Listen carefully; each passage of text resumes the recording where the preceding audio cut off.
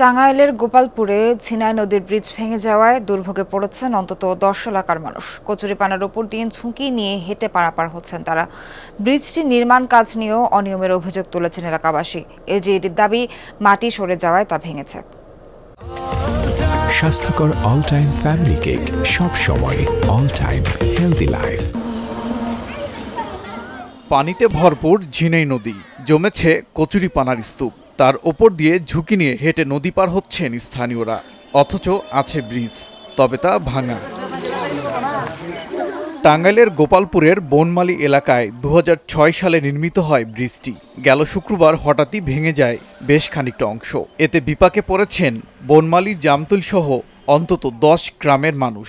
হাজার হাজার মানুষ যাতায়াত করে, স্কুল কলেজে যায়, গাড়ি যায়, ভ্যান রিক্সা যায়, এদিকে মানুষের সমস্যা। ছোট্ট একটা ডিঙি নৌকা আছে, এই ডিঙি নৌকাটা পার হতে টাকা পয়সা লাগে।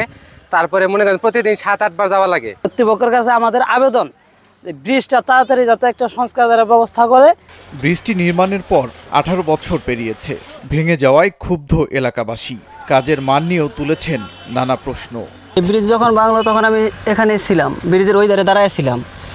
ওই পর্যন্ত পানাবাজ ছিল, পানাবাজ যা নিচ দিকে মাটি সরে গেছে ব্রিজের কলমের ব্রিজের গোড়া থেকে সরে যায়, পানা ধাক্কা মারছে, ব্রিজ চলে গেছে। অনেক বছর ধরে এই ব্রিজটা ডেবে গেছিল, এইদেরকে পানি আসার আগেই ভেঙে গেছে। মানুষের যাতায়াতে খুব কষ্ট। উপজেলা নির্বাহী অফিসার, উপজেলা প্রকৌশলীর সাথে কথা হয়েছে, তারা খুব দ্রুতই এটার ব্যবস্থা করে দেবে। এ নিয়ে ক্যামেরার সামনে কথা বলতে রাজি হননি এলজিইডির উপজেলা প্রকৌশলী। পরে টেলিফোনে দাবি করলেন, মাটি সরে যাওয়ায় ভেঙেছে অবকাঠামোটি।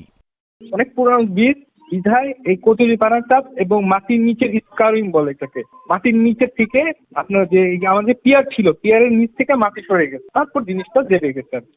বৃষ্টির দৈর্ঘ্যে ৪০ মিটার আর প্রস্থ ৫ ফুট। দ্রুত এটি মেরামতের দাবি গোপালপুরবাসীর। ওবায়দুর রহমান, যমুনা নিউজ।